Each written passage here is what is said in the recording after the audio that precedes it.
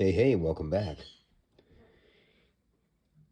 Today I'm going to read to you from a book that I read a couple years ago, and I'm excited to read it again now. It was a tough read back then, even 4 years into learning these concepts and formations. It's called The UCC Connection. I've viewed my older videos. You can see I put a picture of the book. I'll do the same on this one. And I'm going into the middle here, but I've talked a lot about the law, and you know, this sort of really breaks it down in a basic way.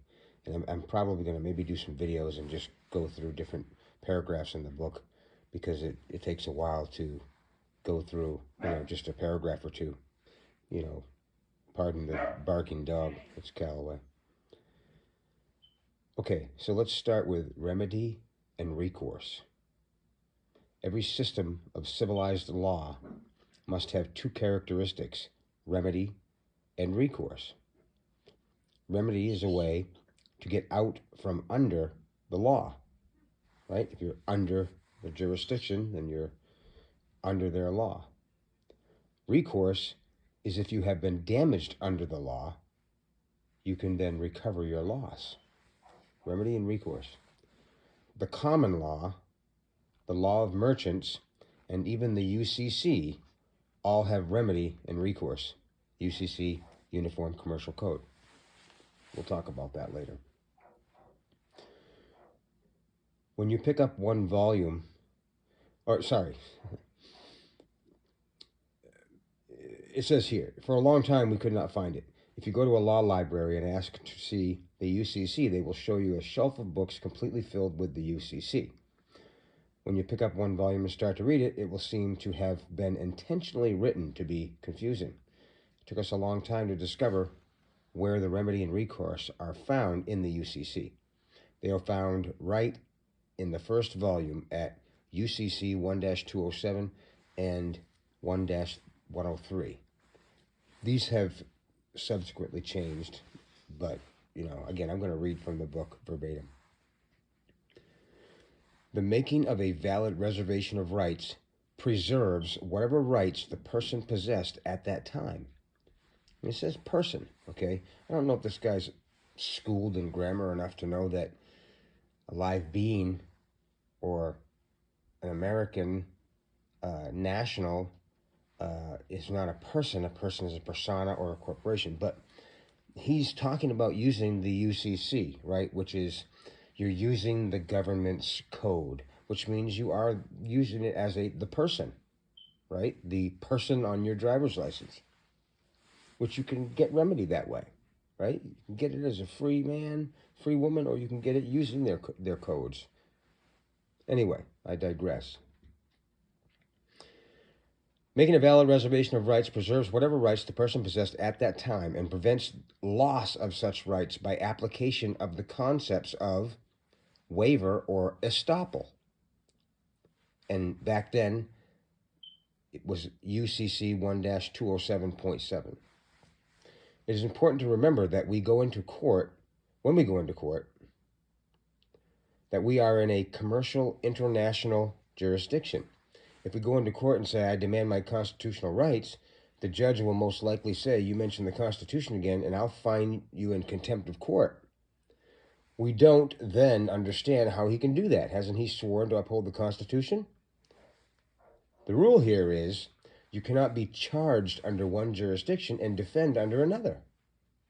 Right? That's why I've said you challenge jurisdiction before you ever get to a courtroom, for God's sake. But anyway, this is great information.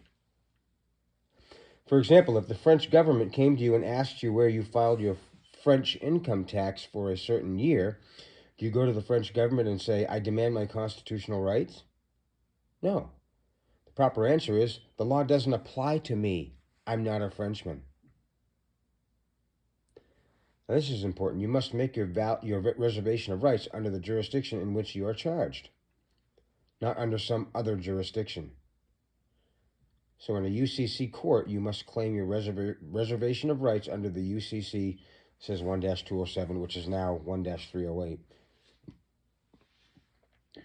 1-308 also goes on to say, when a waivable right or claim is involved, the failure to make a reservation thereof causes a loss of the right and bars its assertion at a later date. UCC 1-308.9.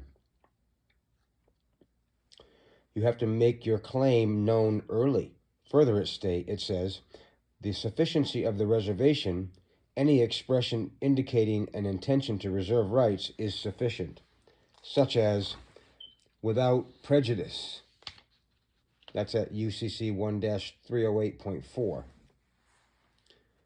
Whenever you sign any legal paper that deals with the Federal Reserve notes in any way, under your signature, write without prejudice, or above your signature, or without prejudice, UCC 1-308.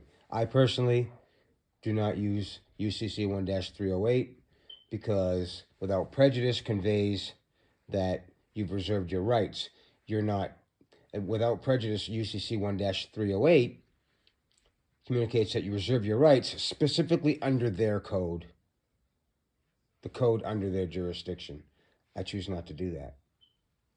But it could be very effective. Anyway, this reserves your rights. You can see at 1-308.4 that you have sufficiently reserved your rights.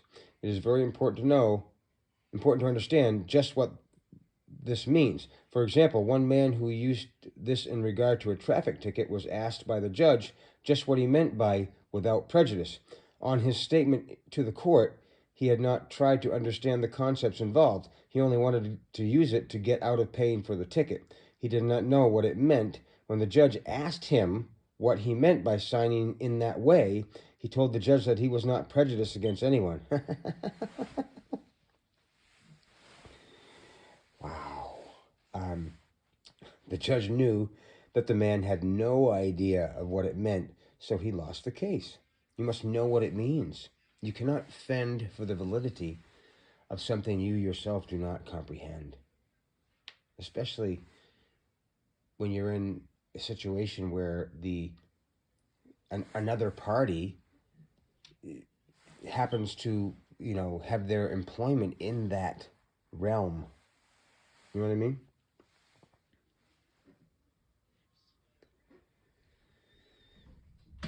So, when you use without prejudice or without prejudice UCC 1-308 in connection with your signature, you are saying, quote, I reserve my right not to be compelled to perform under any contract or commercial agreement that I did not enter knowingly, voluntarily, and intentionally. I do not accept the liability of any compelled benefit or any unrevealed contract or commercial agreement.